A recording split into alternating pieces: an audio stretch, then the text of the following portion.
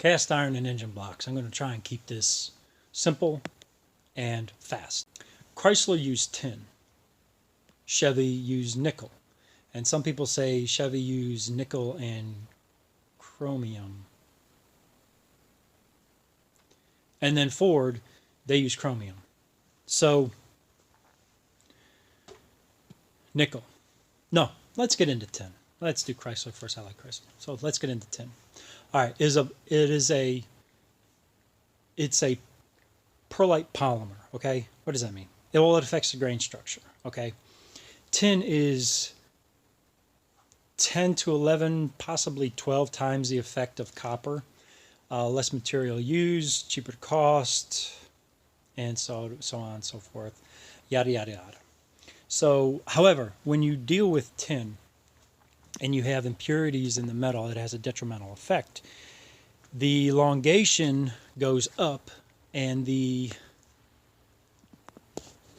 strength, it actually decreases because it affects the grain structure and what tin does to that grain structure. Now nickel is, when you add nickel to cast iron, and then during the cast iron processing, it actually has a graphite effect on the grain structure. Okay, you'll have increased nodules with that. So what happens is it'll actually end up, it can actually flex, but it wears more. Okay, does that make sense? It actually gets the actual density, not the density, but the actual hardness of it, it decreases. Ford used chromium, and chromium in cast iron is a carbide stabilizer. Okay, when you have that stabilization, the perlite formation is very high. Now what does that do? It actually creates like a molybdenum. Okay, and molybdenum localizes, and it usually localizes in points. Okay, and it makes it very hard. The structure is very hard, rigid. So with those three things being said, the Chrysler blocks, okay? You ever see a Chrysler block crack or have long skirts because those skirts help with rigidity of the block because of the tin and the grain structure? Chevy. You ever see a Chevy block crack? Have you seen the bores wear? Actually, more than others, the Chevy had more wear on the cylinders. It's the nickel. And then Ford. You ever see a Ford engine break in half? Chromium. So, without getting further into that, because I really don't want to, because then I'll really bore you guys, that's my take on it. Okay? So, I think that's it for this video.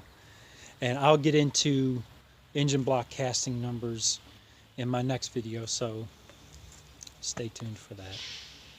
Till next time, get out there, man. Get that no-name national truck going. I should tell myself that. But anyways, I think that's enough for this video. I think I bored you guys enough with this. And I want to keep this one under 5 minutes. I could go on and on and on and on and on.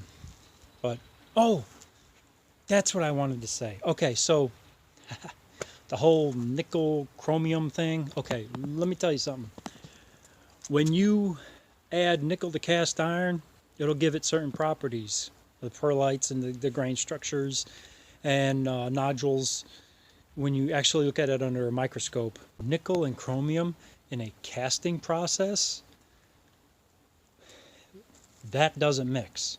Okay, whoever came up with the nickel chromium high nickel block, that they have no idea about metallurgy, okay, and what the effects of certain materials have on others. When you add nickel and chromium, the graphite structure, it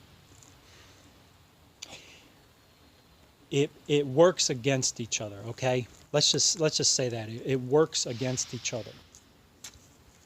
Now, you can mix chromium and nickel, okay? Chromium and nickel in a non-cast environment, stainless steel, actually it betters the stainless steel, okay? Because stainless steel isn't cast, okay? So, I think that's it. I think that's all where I want to go with this video. I don't want to bore you guys too much with chemicals and mixtures and processes. So I think that's it. See ya.